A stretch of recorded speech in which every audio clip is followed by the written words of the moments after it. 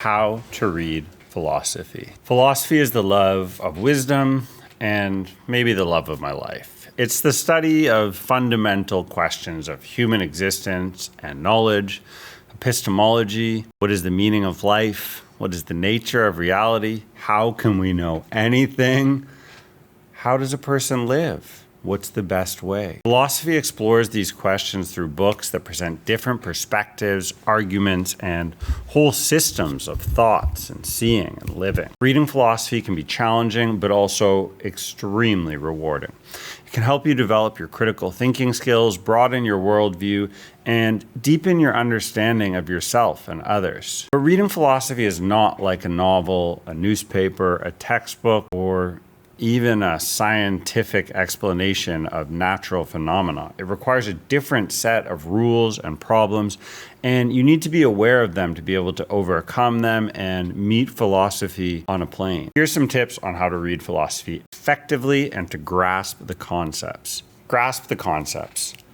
Philosophy uses abstract terms and concepts that may not have a clear or specific or common accepted definition. For example, what is justice or freedom, liberty, happiness?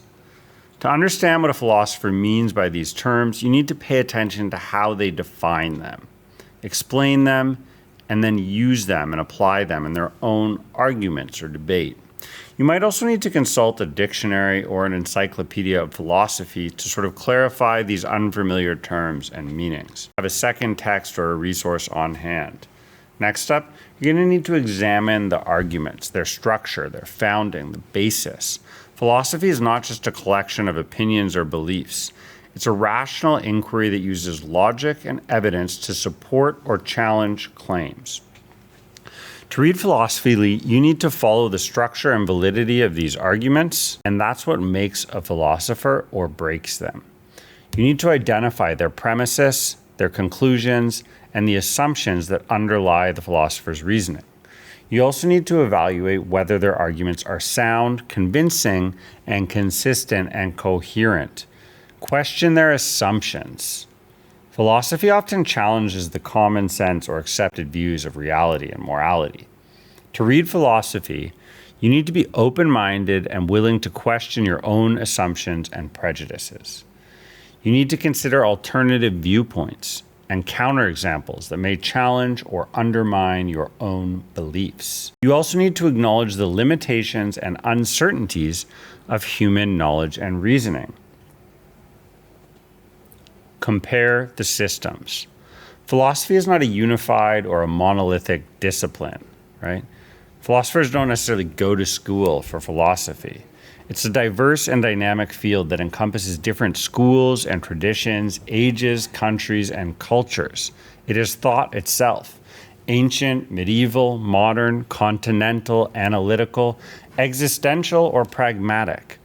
To read philosophy, you need to be aware of the historical and cultural context that shaped the philosopher's ideas and influences, their dialogue with other philosophers, and the time and period they lived in. You also need to compare and contrast the similarities and differences between different philosophical systems and how they address the same or related questions.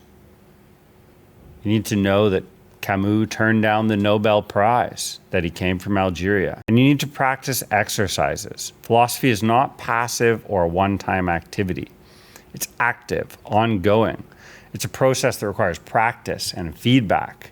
To read philosophy, you need to engage with the texts and apply your learning to your own life and experience. One of the ways to do this is by writing out summaries or outlines of the main points and arguments you find in a philosophical text. Ask questions or raise objections to the text. Write in the margins. Pop up a comment. Discuss or debate a philosophical text with others, online or in person. Find a forum. Write essays or reflections on the philosophical topic or question. Dig into them, reading more books and articles by the same or different philosophers. Delve into the popular Stoics.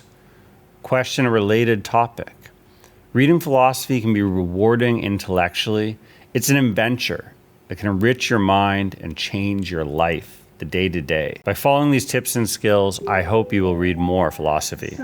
Comment below. The next video is in the playlist.